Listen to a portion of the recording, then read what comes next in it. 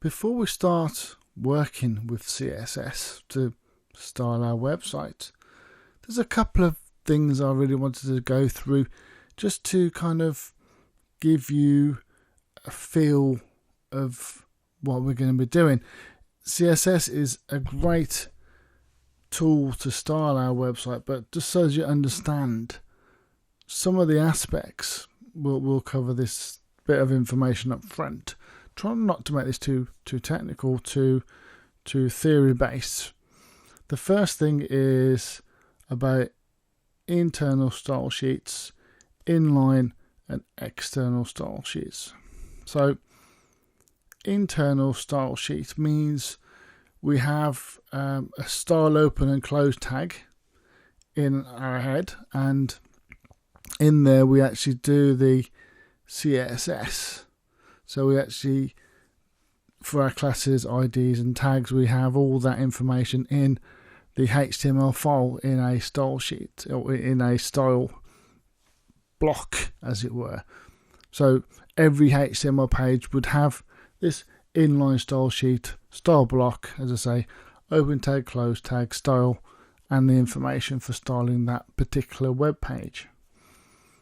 Inline would be where we have the actual style in the line itself. So instead of having class here, we'd actually have the CSS styling on the line. So each individual line you want actually do some styling for, you'd have there. External style sheets, which is what we're going to be learning within this course, I like to feel is the better way of doing it.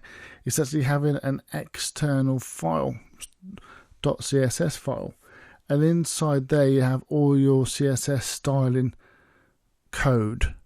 So all the CSS will be written in this file and then loaded into the web page that is going to be using it. So in theory you could actually have one CSS file and have several pages use that one CSS file. See how that's better?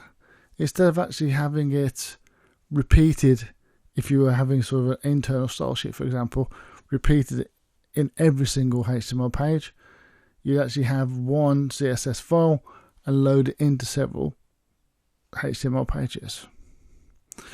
So that's just a little bit about CSS, internal style sheets, inline and external.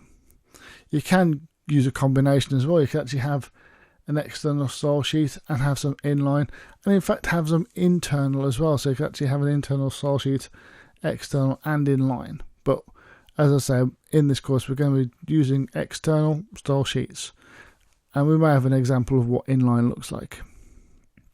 So if you want a bit more information, do go and actually do a search. There's some great information, especially on W3 School, and you can actually see a little bit more information on the theory side, more than what we'll be covering here.